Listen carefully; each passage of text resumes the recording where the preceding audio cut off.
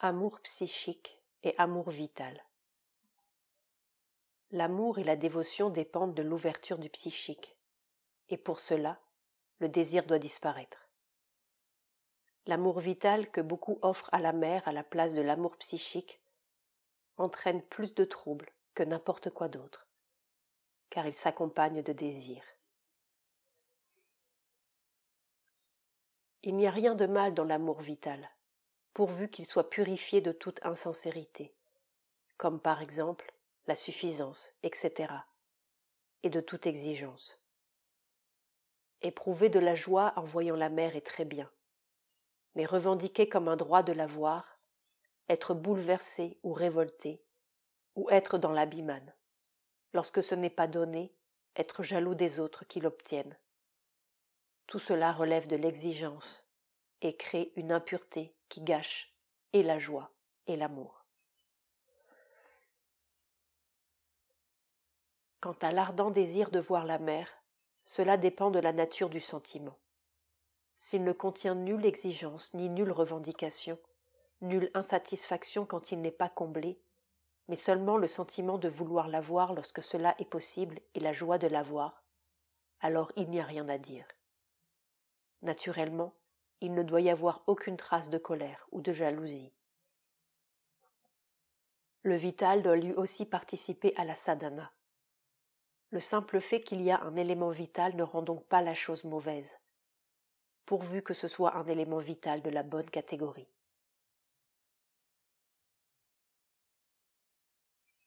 Que vous n'ayez pas l'abhimane contre la mer est également et sûrement très désirable. Abhimane, trouble, etc. peuvent être des signes de vie, mais d'une vie vitale, non de la vie intérieure. Cela doit se calmer et faire place à la vie intérieure.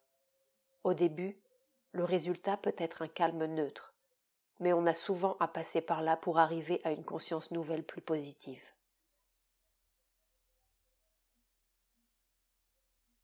Vous laisser aller à ce mouvement vital agité ne fera pas l'affaire. Ce n'est pas ainsi que vous pouvez obtenir l'union avec la mer. Vous devriez aspirer calmement. Mangez, dormez, faites votre travail. La paix est la seule chose que vous ayez à demander à présent. C'est seulement sur une base de paix et de calme que peuvent s'opérer le vrai progrès et la vraie réalisation.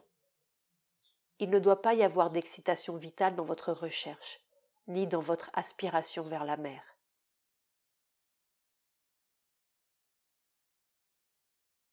Marchandage vital et vrai don de soi. Ce que vous avez senti est un réveil ou un retour sur vous du vital inférieur, de ses exigences et de ses désirs. Sa suggestion est la suivante. Je fais le yoga, mais pas pour rien. J'ai abandonné la vie de désir vital et de satisfaction vitale, mais pour être dans l'intimité de la mer. Et au lieu de trouver ma satisfaction dans le monde, pour la trouver dans le divin et voir mes désirs comblés par lui. Si je ne deviens pas intime avec la mer, et tout de suite, et de la façon que je veux, pourquoi devrais-je abandonner les anciennes choses? Et conséquence naturelle, les anciennes choses recommencent. X et Y, et Y et X, et les torts de Z. Vous devez reconnaître ce mécanisme du vital inférieur et le chasser. Ce n'est que par la pleine relation psychique de don de soi que l'unité et l'intimité avec le divin peuvent être maintenues. Les autres font partie du mouvement de l'ego vital et ne peuvent qu'entraîner une chute de conscience et l'agitation.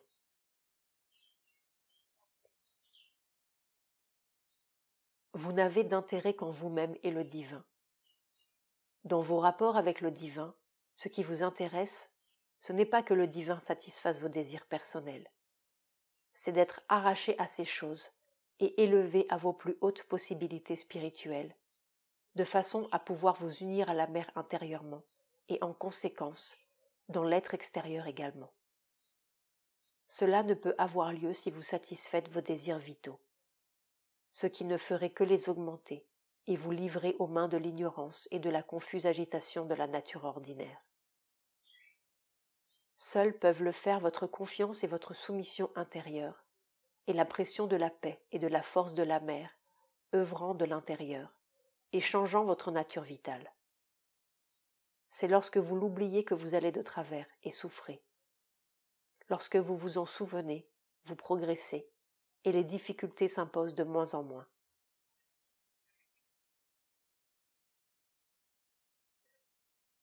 Si c'est la même partie du vital qui se trouvait du bon côté et s'est maintenant retournée contre la mer, l'explication est des plus évidentes.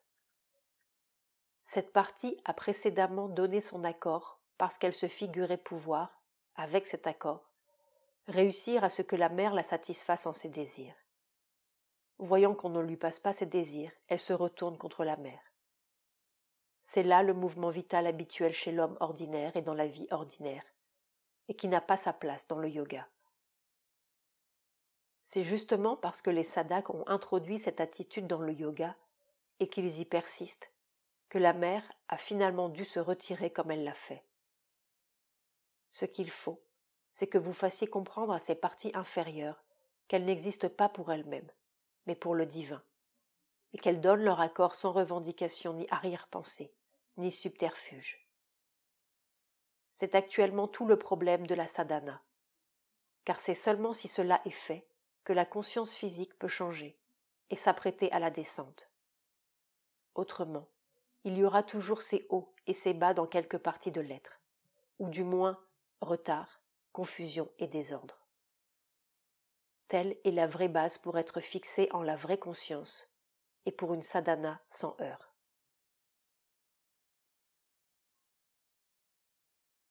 La peur, obstacle à l'intimité avec la mer. Toute peur doit être rejetée. Ce mouvement de peur est le fait d'une partie encore inchangée du vital, qui répond aux idées, aux sentiments et aux réactions d'autrefois. Son seul effet est que vous vous méprenez sur l'attitude de la mère ou l'intention qu'elle met dans ses mots ou ses regards ou son expression. Si la mère devient sérieuse, ou si elle a un sourire ironique, cela ne veut pas dire le moins du monde qu'elle soit fâchée ou qu'elle ait retiré son affection. C'est au contraire avec ceux avec qui elle est intérieurement le plus intime qu'elle se sent le plus libre de se montrer ainsi, voire de réprimander sévèrement. De leur côté, eux la comprennent et ne sont bouleversés ni effrayés. Ils tournent simplement leur regard vers l'intérieur d'eux-mêmes et voient ce sur quoi elle exerce sa pression. Ils considèrent cette pression comme un privilège et un signe de sa grâce. La peur fait obstacle à cette intimité et à cette confiance complète et crée seulement des malentendus. Vous devez la rejeter entièrement.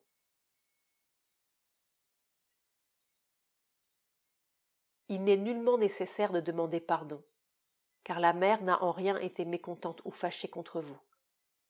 Vous pouvez être toujours certain de son amour. C'est toujours une erreur d'attacher de l'importance à ce que disent les autres. Avoir une dévotion vraie et l'attitude juste à l'égard de la mère est suffisant. Vous n'avez pas à éprouver d'appréhension de cette sorte. 3 règles pour demeurer ouvert à la mer. Rien n'est plus dangereux que les influences du mental physique essayant d'échafauder des conclusions sur des apparences extérieures. Il y a 9 chances sur 10 pour qu'elles soient fausses. On doit apprendre à se méfier des conclusions hâtives tirées d'apparences superficielles. N'est-ce pas là la première condition de la connaissance vraie? Et apprendre à voir les choses et à les connaître de l'intérieur. Vous demandez comment arrêter ces mouvements. Pour commencer, observez 3 règles. Faites toujours confiance à l'affection et à l'amour de la mère.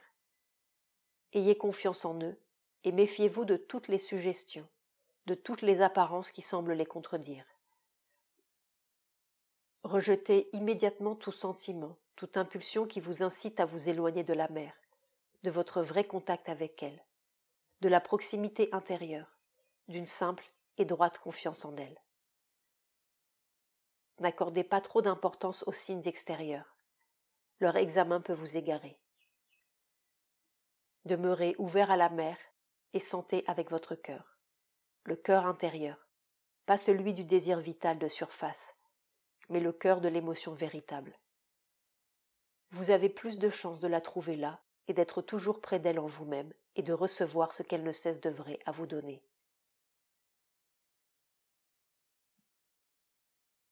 Si vous mettez quelqu'un entre la mer et vous, il s'ensuivra fatalement des difficultés.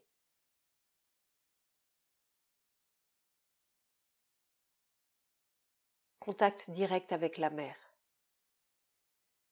Le contact direct avec la mer vous est toujours accessible, et il s'établit chaque fois que vous pouvez le sentir, car c'est quelque chose de l'être intérieur. Chaque fois que vous descendez profondément en vous-même, vous le trouvez. Il doit venir à la surface et gouverner la nature et la vie extérieure. C'est pourquoi je veux que vous consacriez du temps à vous intérioriser et à un progrès intérieur dans la sadhana.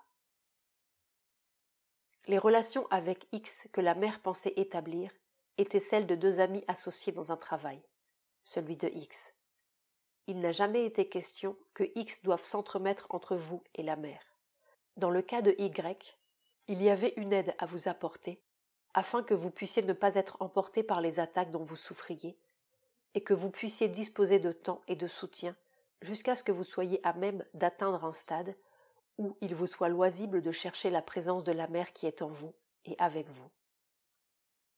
Cela, vous pouvez maintenant le faire, et il n'y a pas de raison pour qu'il soit demandé à qui que ce soit d'intervenir d'une façon ou d'une autre. Notre travail se fait directement en vous et sur vous, et ne passe par personne. Ne pensez pas que les gens soient d'accord ou en désaccord avec vous, ni que vous êtes bon ou mauvais, mais pensez « La mère m'aime et j'appartiens à la mère ». Si vous fondez votre vie sur cette pensée, tout deviendra bientôt facile.